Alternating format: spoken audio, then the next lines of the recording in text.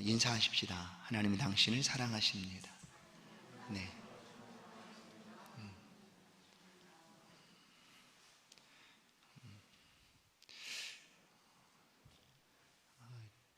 좀 침침한 느낌은 제가 갖는 느낌입니다. 제 눈이 좀 침침한 듯해서 굉장히 밝은 것 같은데 제가 볼 때는 왜 이렇게 어두워 보일까, 이런 느낌이 있습니다. 여러분 상을 좋아하시죠? 밥상 외에는 별로 좋아하는 게 없나요? 상하고 별로 관계가 없어요? 물론 친하겠죠. 상을 받아본 경험도 있을 거고 또 상급을 이렇게 받아본 기억들도 있을 것입니다. 혹시 그와 같은 상 중에서 가장 기억에 남는 상이 혹시 여러분에게 있습니까? 그 상을 받았을 때 그 느낌을 다시 한번 되살려 보십시오. 어떠셨는가? 아주 좋았을 겁니다. 그 상이 어떤 상이든지 내가 상을 받을 때 그 기분, 그 느낌은 아주 좋습니다. 아주 행복합니다. 뿐만 아니라 누군가가 내가 한 일에 대한 수고를 인정해 주는구나, 내 수고가 헛되지 않았다라는 사실에 대해서 그 상을 통하여 보상받는 듯한 그런 느낌을 우리가 갖게 됩니다. 그래서 상을 받는다는 것은 굉장히 좋은 일입니다. 어떤 상이든지. 저도 상을 받아본 그런 기억은 별로 없는 것 같아요. 그러나 몇몇 가지를 기억해 보면 이런 상이 있었어요. 이 상 때문에 저는 이것을 굉장히 좋아합니다. 제가 뜀박질하는 걸 좋아해요. 막 달리고 이런 거를 좋아합니다. 근데 왜 그랬는가 한번 생각해 봤어요. 하여튼 제가 어릴 때 이제 시골에서 이렇게 살다 보니까 동네마다 이런 가을이 되건 하면 동네마다 이렇게 학교에서 운동회를 하듯 동네 체육대가 있었습니다. 그때에 제가 아마 4학년인지 6학년인지 잘 정확한 기억은 안 나는데 저희 동네에 초등부 마라톤 선수가 된 거예요. 왜냐면 원래 뛰는 거 늘상 뛰어다니는 거 아니겠어요. 학교 가는 거리 2km 정도 됐는데 맨날 책보자기 메고 뛰어다니는 거죠. 오를 때 갈 때 뛰어다니고 이렇게 했고, 학교 갔다 오면 소 한 마리 끌고 산으로 들러 막 친구들하고 같이 소모기로 다니고 이러고, 그리고 이제 농번기 지나고 가을, 겨울 이럴 때 뛰어다니는 게 일이에요. 막 뛰고 친구들하고 달리기도 하고. 이래서 어떻게 하여튼 제가 저희 동네에 마라톤 선수가 됐어요. 그래서 동네 체육대회에 가서 선수가 돼서 나간 거예요. 근데 제가 몇 등 했을까요? 최소한 저 정도 말하면 1등은 했지 이렇게 생각했죠. 그러나 1등 못했어요. 그러나 어떤 상을 받았는데 점수상을 받은 거예요. 1점 받았어요. 1점.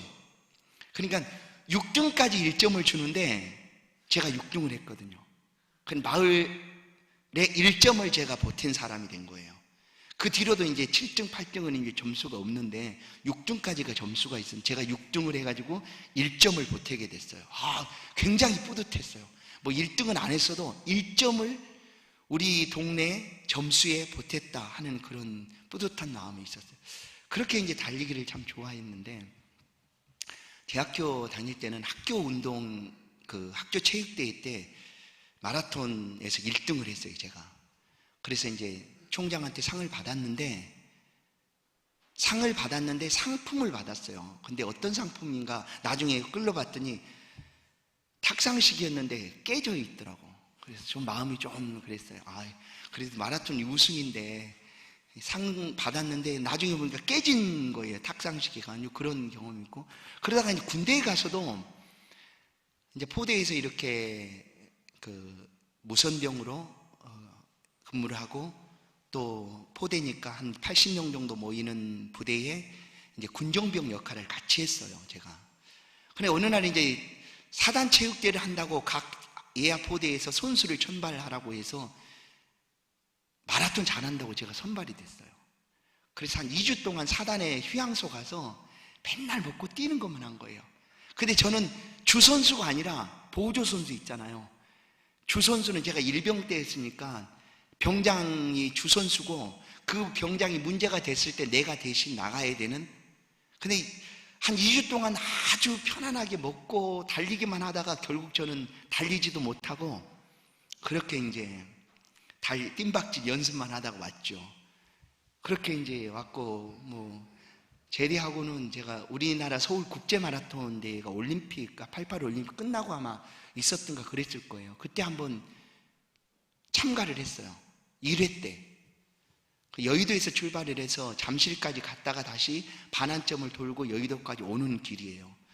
호기롭게 딱 출발을 하고 딱 나갔는데 잠실까지 가가지고는 거의 기진맥진해서 반환점에서 워낙 늦게 오니까 탈락해서 거기서 기다리고 있으면 이제 여의도에서 차가 와서 데려가는.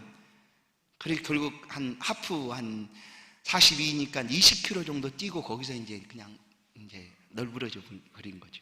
이렇게 하여튼 달리기를 좋아하게 됐는데 그 이유가 1점 얻었던 것 때문이었어요. 그래서 난 달리기를 좋아하는구나, 잘하는구나 생각하고 늘 그렇게 해왔다라는 생각이 들어요. 상의 효과라는 게 이런 게 아닐까 싶어요. 누군가의 상을 준다는 것, 그 사람이 얼마나 수고하는지 인정해 주는 거거든요. 그리고 알아준다는 거거든요. 그런데 우리가 신앙생활 할 때 이 상급이 있다는 것이 얼마나 귀한 일인지 몰라요.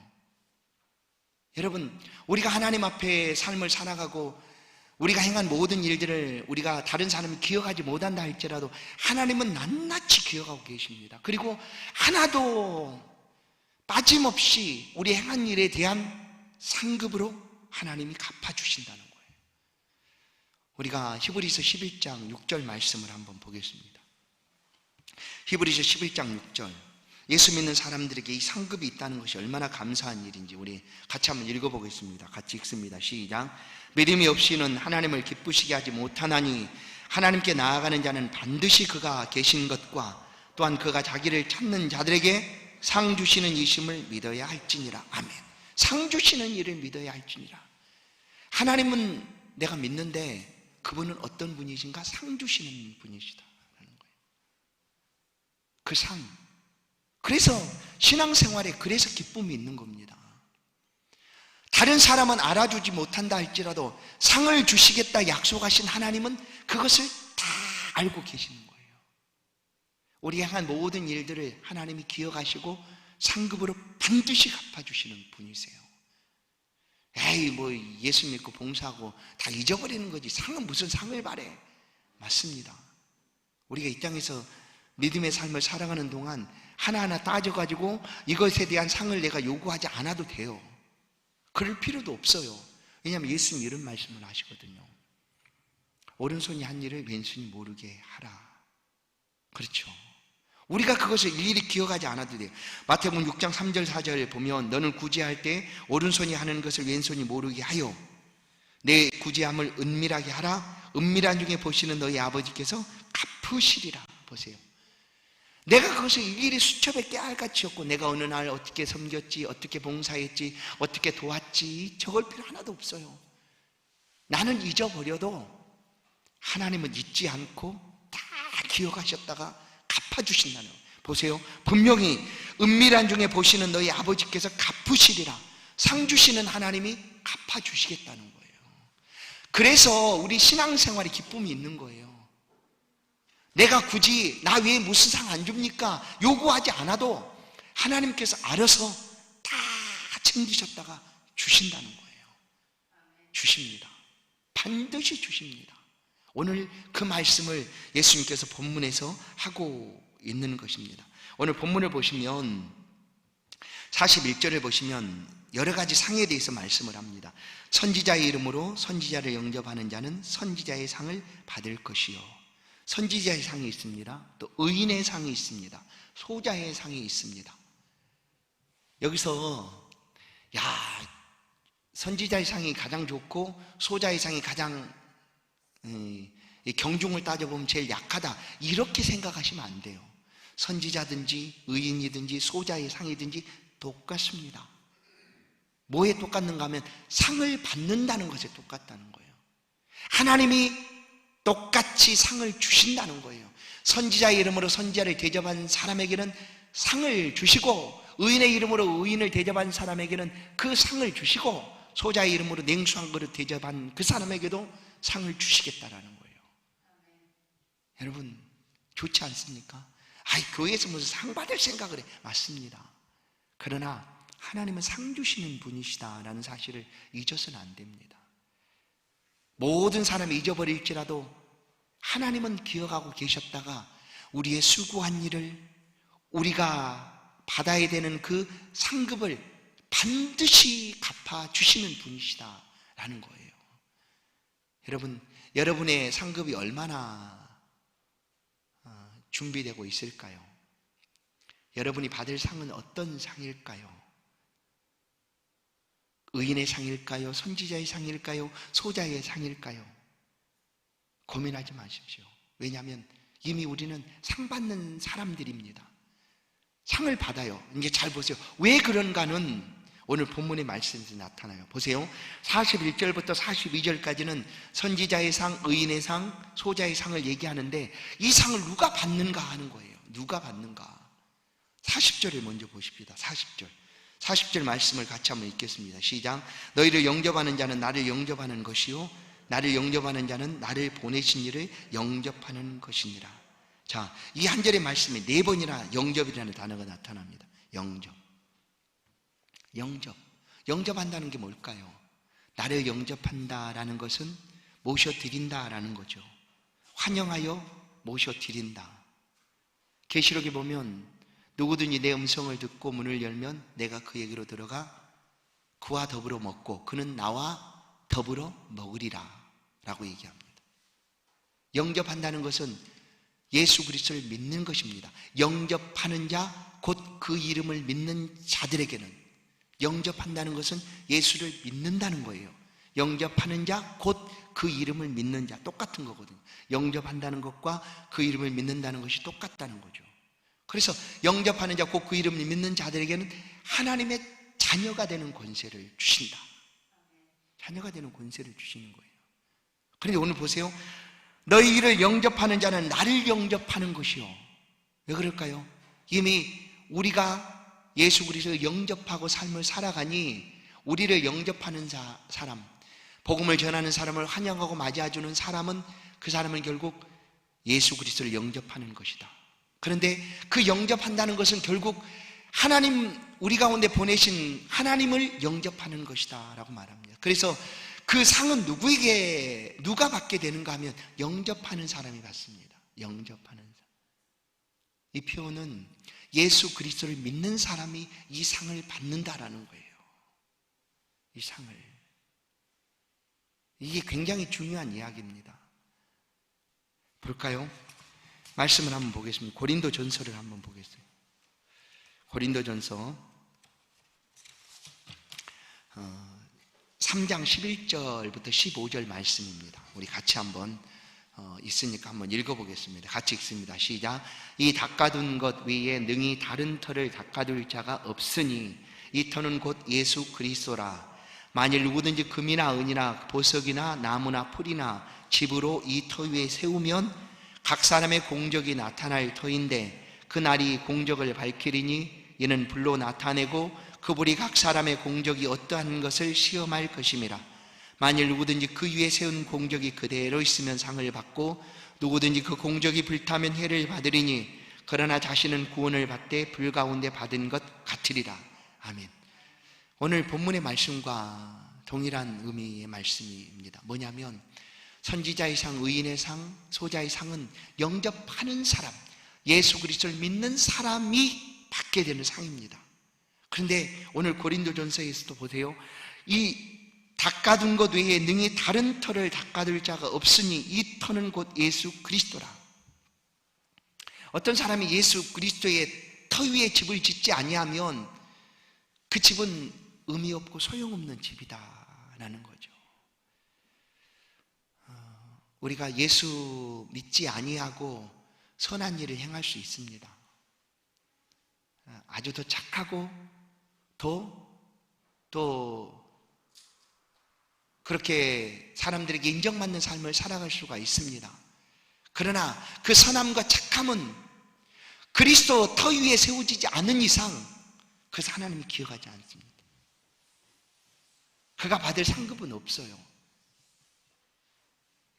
전체적으로 보면 이런 거죠. 우리가 아무리 선하고 착한 일을 한다 할지라도 그리스도 안에 있지 아니하면 마지막에 상급을 받아야 되는데 상급을 받을 자리에 설 수가 없는 거죠. 하나님 보좌 앞에 천국에 가서 상급을 받아야 되는데 천국에 있지 못하지 않습니까? 아무리 착한 일을 하고 선한 일을 많이 하고 다른 사람을 도왔다 할지라도 그리스도 안에 있지 아니하면 하나님 앞에 설 수가 있는 것이 아니라 지옥불에 떨어지게 되는 거죠. 그러니 아무리 좋은 것, 선한 것을 한다 할지라도 그 상급이 남아나지가 않습니다. 있지가 않다라는 거예요. 그래서 이 닦아둔 터 위에 등에 다른 터를 닦을 자가 없다. 예수 그리스도 안에서 행하는 것들을 하나님께서 기억하시고 상급을 주신다라는 것입니다. 선지자의 상, 소자의 상, 의인의 상은 종류가 다른 것이 사실 아닙니다. 우리가 믿음을 가지고 살아가는 동안 나는 누구인가 하는 인식 속에서 이 상들이 표현되고 있는 거예요. 내가 선지자라고 여기면, 그렇게 여기고 다른 사람에게 복음을 전하는 선지자의 삶을 살아가면 그 사람은 선지자의 상을 받는 겁니다. 나는 하나님을 믿는 의인이라 여기고 의인된 삶을 살아가면 그 사람이 받을 상은 의인의 상이라는 거예요. 상급의 크기, 종류가 다른 얘기가 아니라 내가 어떻게 믿음 안에서 삶을 살아가느냐에 따라서 이 상을 하나님께서 주신다. 그래 가장 소자의 상은 어떤 겁니까?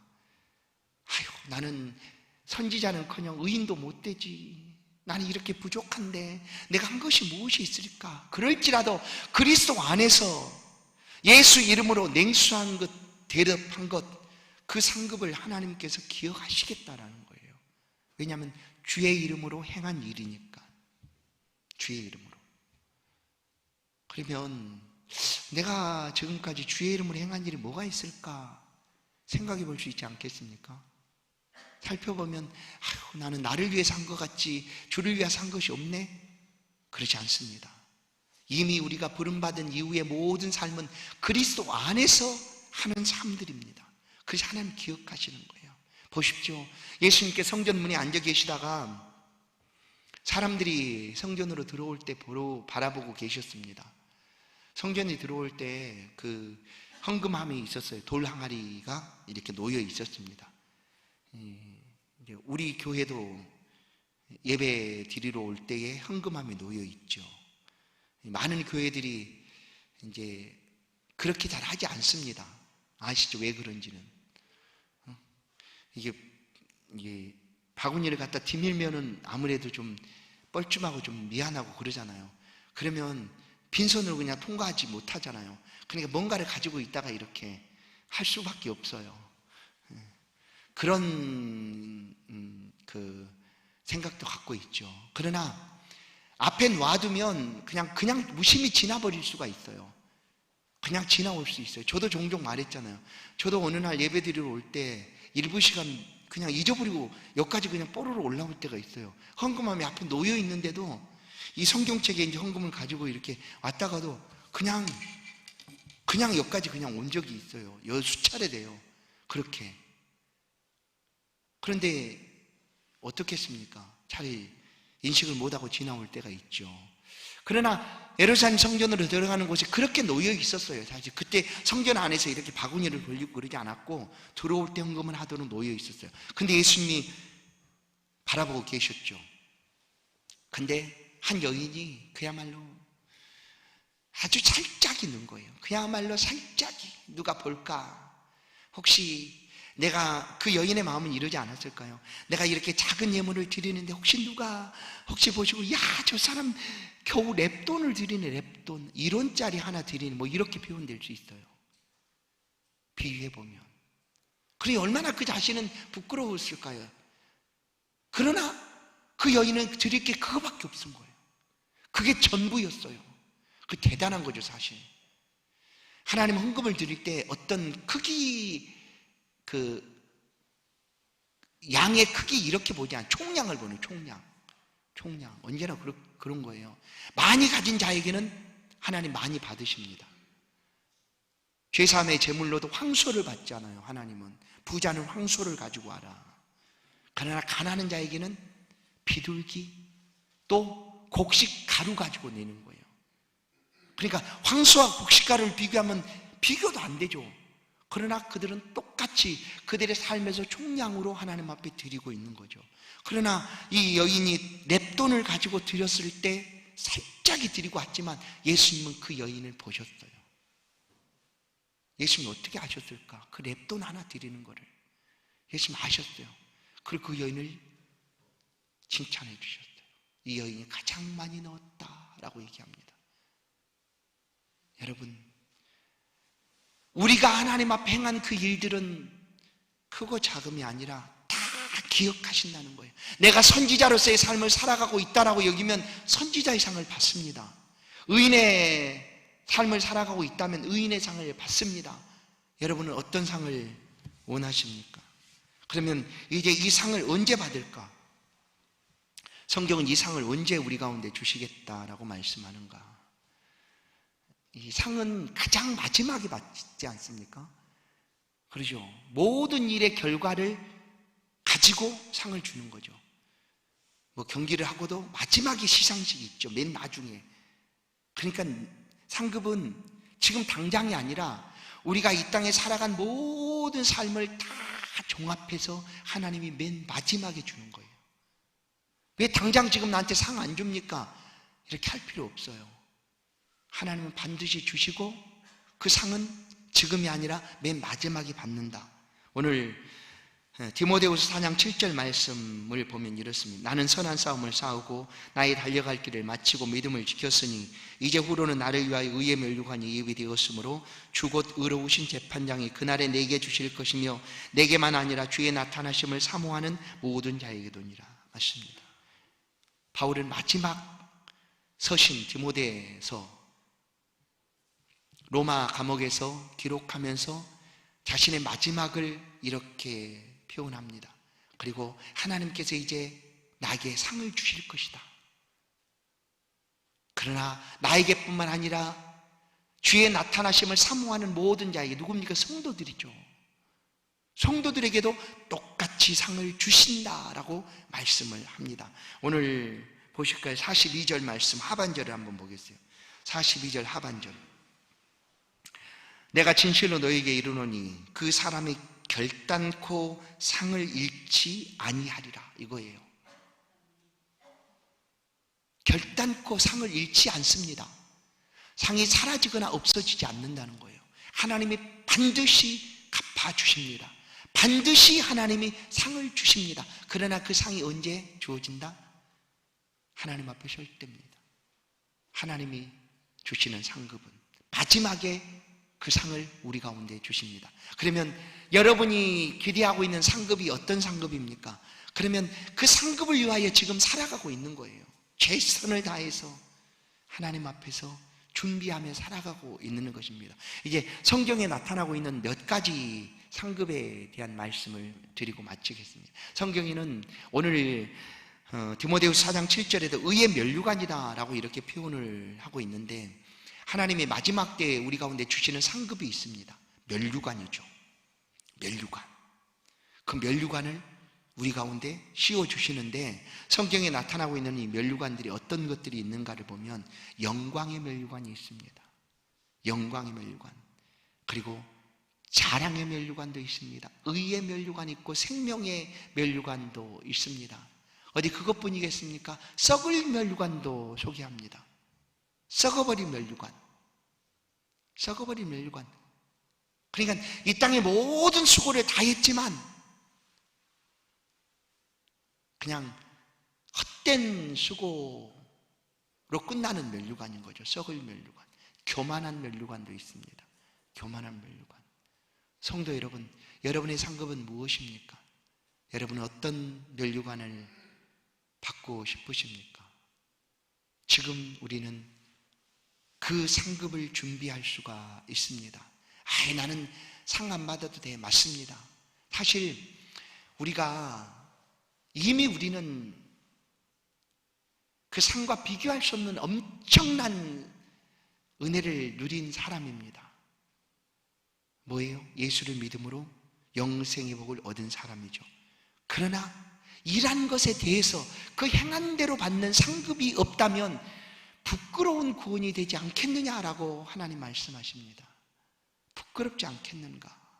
남들은 다 면류관을 쓰고 있는데, 영광과 영생과 자랑과 의와 생명의 면류관들을 다 받아 쓰고 있는데, 그냥 나만 겨우 불 속에서 그냥 알몸으로 그냥 불탄 집에서 그냥 빠져나온 것 같은 그런 모습으로 있다면 좀 부끄럽지 않겠어요?